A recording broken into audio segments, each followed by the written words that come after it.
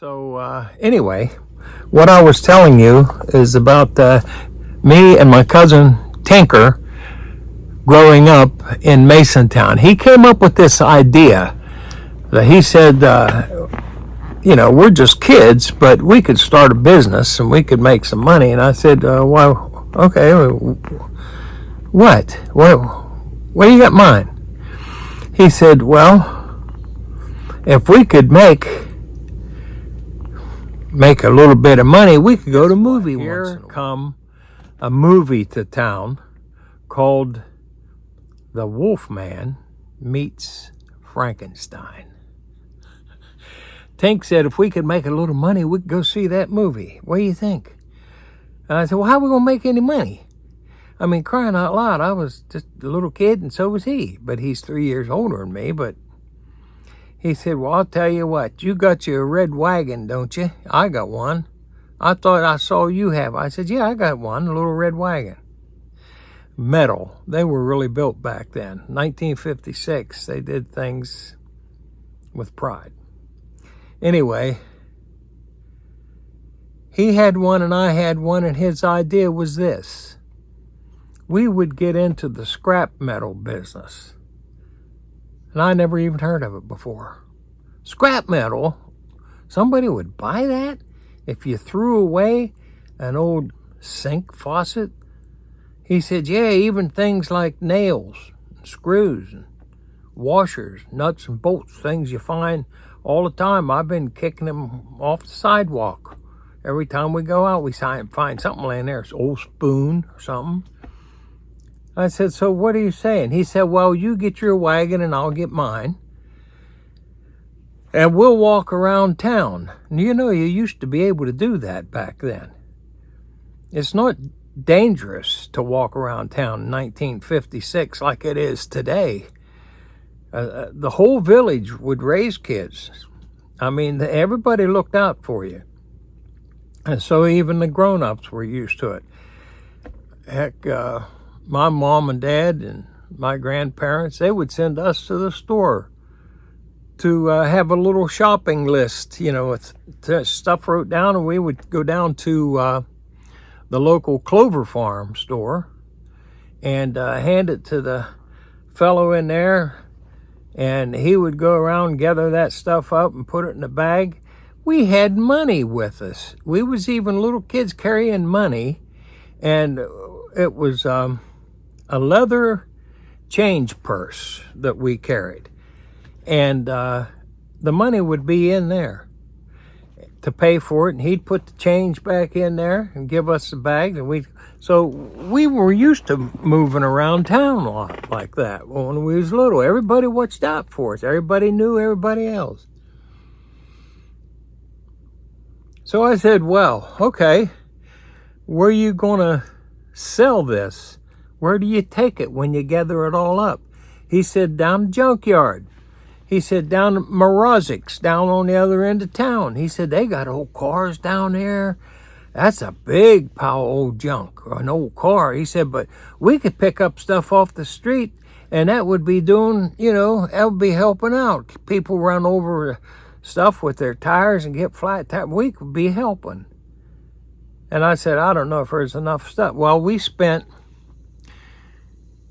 I think we ended up taking more. But I do remember we filled those wagons up walking all around the streets of Masontown, even out away from the center of town to where there was fewer houses, and then get back in and cross over the other side now. And in 2 days, we had 2 wagons that were piled up full like this. We got everything you could think of in them wagons. Took it down to, I think his first name was John, but Morozic's junkyard. And to this day, I can still remember standing there. He took Tink's wagon first and pulled it up on this little flat thing inside of a building he had where his office was. And he moved the weights across on the scale like that and got the weight and wrote it down on a piece of paper. and took that one off, and that wagon, and put mine up on there and did the same thing. And if I remember right, I think we got a little less than $1, and I think I got 2 or 3 cents more than Tank. I think we got something like 78 cents and 75 cents a piece. You know, I got 78 cents. Tank got 75 cents, and he dumped them out in a place he had over there where there's some loose scrap, and smiled at us and said, "You boys find any more, you bring it back now."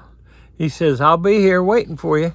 He said, "Anytime you got anything like that, you bring her on down." And so we said goodbye to Mr. Morozic, and we went uptown and put the wagons away.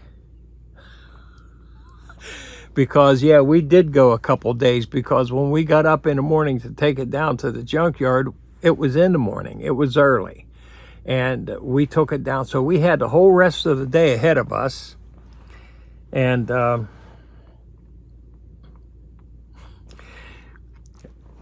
I lived only about 4 blocks away from where Tink lived. An old Tinker, he was raised by our grandparents. And we were so close there, we got a chance to run around together a lot. So I asked Mom, my mother, and we went up and asked Grandma if they mind if we just made some money and we wanted to go see a movie. And of course it was, like midday now. And she didn't think about it being dark or anything. You know, it was middle of the day. She thought we was going to a matinee. And here Tink wanted to go down there to the one movie house that was showing the Wolfman meets Frankenstein. Yeah, Dracula kind of came into the back of our minds later on in this experience. You'll see what I mean. But we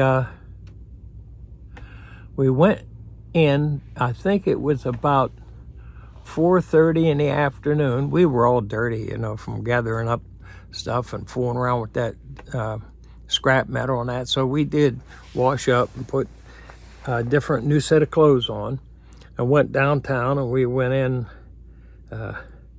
it was in late afternoon. And all those marquees sitting out there on the sidewalk and up there showing the Wolfman, just a looking and Frankenstein. And we went inside.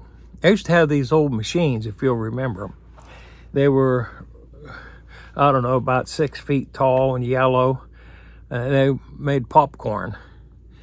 And it only cost a nickel. I can remember that. Put 1 nickel in there, and they had a holder that had little bags. You take 1 bag out and open it up, put your nickel in there, and put this under that spout, and it would fill that bag up with hot butter and salted popcorn. Anyway, we did get in there, and we got us some popcorn. We went over and we sat down, and I can remember watching that. That thing scared us to death. That Wolfman, looking at and Frankenstein, all those shadows in the woods and things like. And we picked our feet up underneath us. Was sitting on a seat there for a while, and we watched it. We was thoroughly entertained and spooked and scared watching that thing. Oh man, and a great big open, kind of like an auditorium is what it felt like. Little kids being in there. So we went outside, and it was dark. It was a big surprise to us that, the time of year was, had to be at the end of summer and the beginning of fall. It was like maybe the first week in October or something like that, but it got dark quicker as the days went on in the fall. Anyway, when we come out of that show building, it was dark outside. The street lights had come on, as many of them as there were, just a few. And we stood there, and it dawned on us both, uh-oh, we gotta walk home in the dark. Grandma and Mom probably worried about us. It slipped all of our minds that it was going to be dark when we walked home. So we looked across the street, and you could see across the street an alleyway coming up between two big buildings. I think there was a bank there, and there was like a 5 and 10 store, and an alleyway that went down, and that was where we had to go to get 2 blocks down that way, and then turn left to go up to Grandma's house, because I was staying overnight up there. Well, that was a dark, foreboding alleyway, and we took off. We was just walking fast. We wasn't running, but we was walking fast. And as we come out on the other end there, oh yeah, there's All Saints Church, Catholic Church. And it was a school, All Saints School. And they had several buildings around there. Well, we went across to the sidewalk in front of that church because it was lit up pretty good there with a street light. And we had to turn left and go about 6 blocks to Grandma's house. The first 4 blocks would have been on the level, and then it went uphill, Cannon Hill, and her house sat right on top. So when we finally came out of the alley in front of the church and started across, Tink started telling me something. He said, wait a minute, you know what? I said, what? He said, this is that church. What church? He said, there is a little graveyard back there. He said, them boys at school was telling me. Telling you what? He said, and I was already shivering, had goosebumps from looking at Wolfman.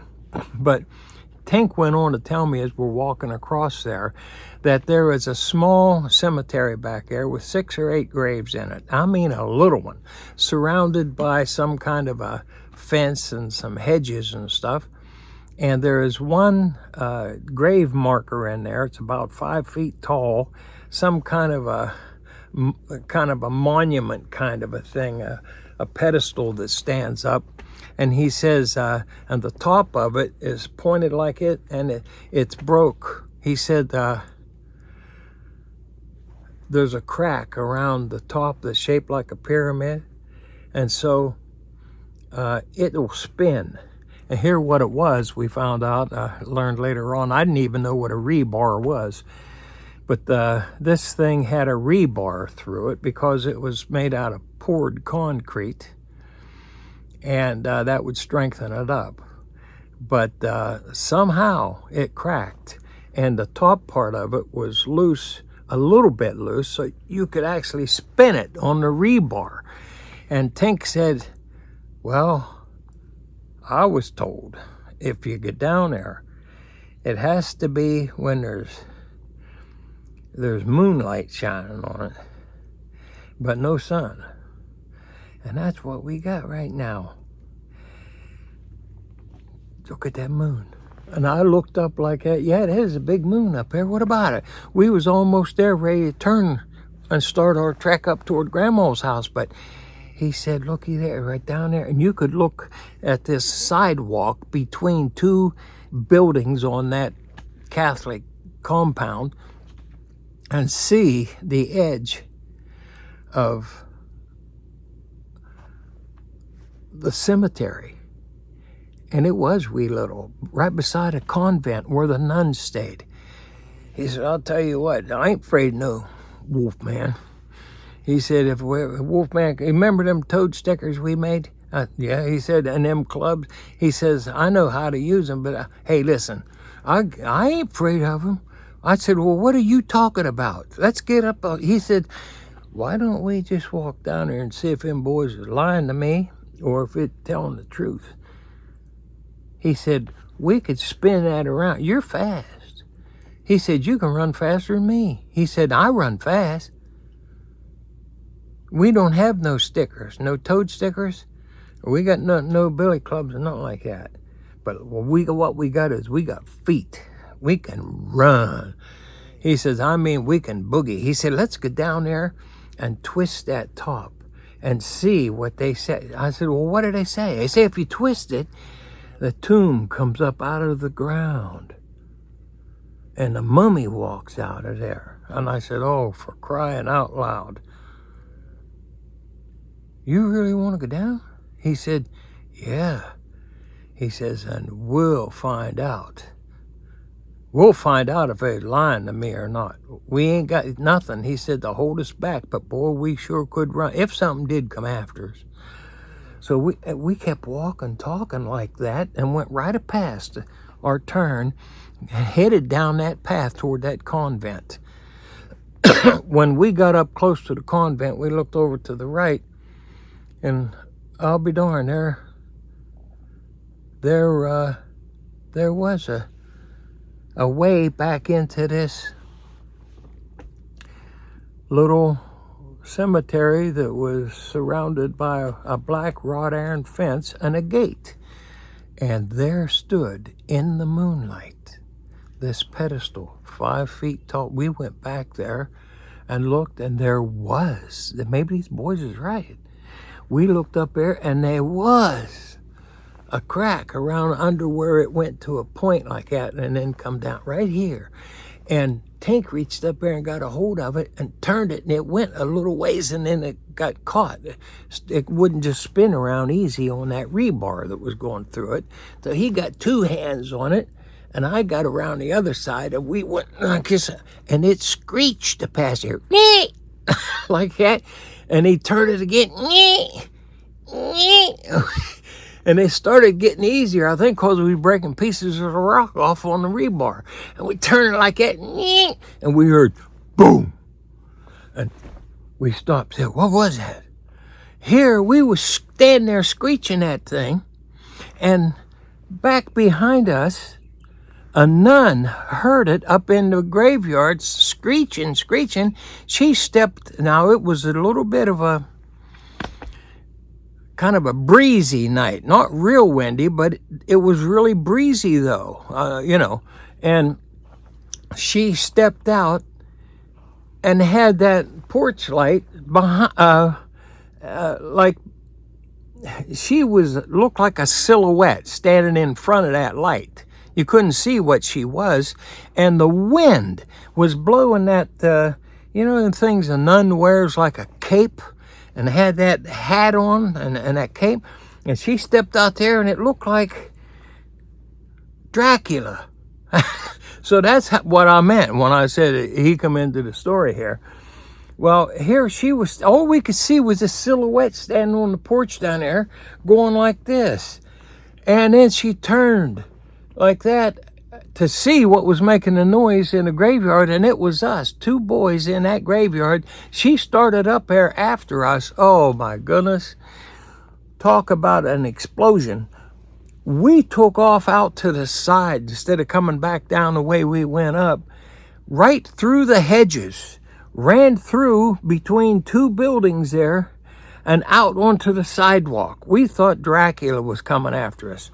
Somewhere along the way, Tink ran out of his shoes. He had nothing on now but white socks. I didn't know it, and he didn't know it. I don't think he even knew it. And when we shot out between the building back onto the sidewalk where we had been on before, we turned right this time to run on up to Grandma's house. When we got up to the top of Cannon Hill, we hit that porch, running. We thought Dracula was after us. And Grandma heard us a-coming. I don't know how she heard our feet hitting the ground or what, but she might have been coming out to come looking for us or something, because it was pitch dark outside. And she held the door open like that while we ran through. We ran underneath her, and Tink didn't have any shoes on. They were somewhere, but they weren't with him. We stopped in the dining room. And she said, "Why, you little devils," she said, "you better get in here. Shut that door over there." She said, "Now, look at you. You look all like, what you been doing? She said, hey, you two kids go change your clothes, get washed up, get yourself fixed up a little bit. She said, cause Chiller Theater comes on in about 5 minutes. You go get cleaned up and I'll make us some popcorn. We did watch spook movies with Grandma off and on, once in a while. She had no idea at that point what we had just been through. We was already scared to death. But hey, friends, that was me and Tinker and our grandmother, and that did happen. Happened in Masontown, Pennsylvania. And there's a little side note to that. That's the house I was born in, upstairs in my aunt's bedroom, my dad's sister. Okay, folks, it was fun talking with you. See you next time.